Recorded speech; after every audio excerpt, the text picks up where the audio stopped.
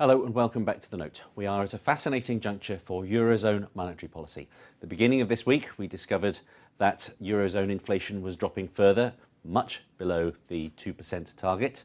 Then we got the ISM data for the eurozone and various other countries within it, which again showed rather disappointing slowing in manufacturing activity. Now we have to wait for the next meeting of the European Central Bank. There is a chorus of opinion that they should now do something to deal with what is widely regarded as a threat of deflation, but the market appears to be betting that they're not going to do that. Let's now discuss this with our global market commentator, Jamie Chisholm. Jamie, thanks for joining me once more.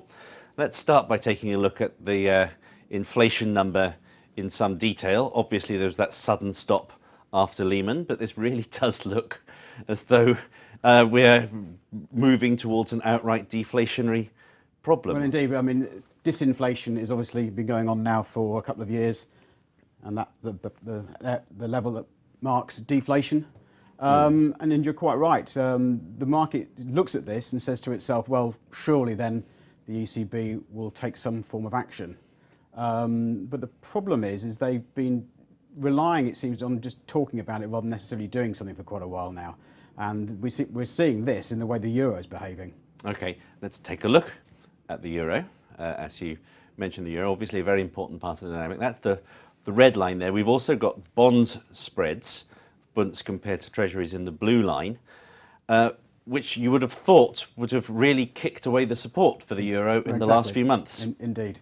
You can see how the trend, how it's been following it reasonably well, and suddenly we've seen the complete difference here, a divergence between the euro remaining fairly strong going up and the spread between bunds and treasuries going lower. Yeah, I mean, really are tanking. Well, indeed. And at the same time, we're seeing inflation expectations in the eurozone. If you look at break-even rates, they're about 1.4 for the 10-year. In the US, they're about 2.1. So there's a massive difference. Now, normally, we'd expect this to weaken the euro, but as we've seen, that hasn't been happening.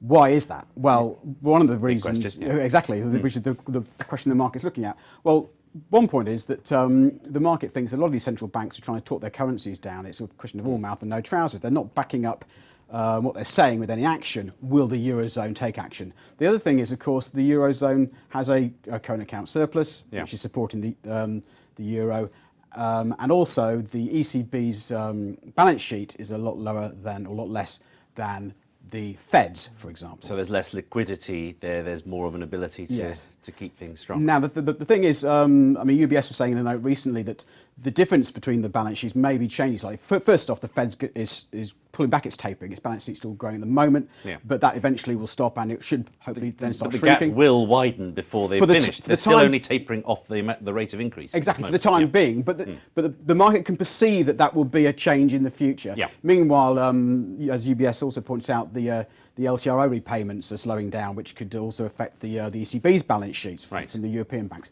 So that dynamic may shift, but for the time being, it seems that the euro is got this underpinning, and the market's reluctant for it to go down. However, having said that, they don't expect clearly the ECB to do anything.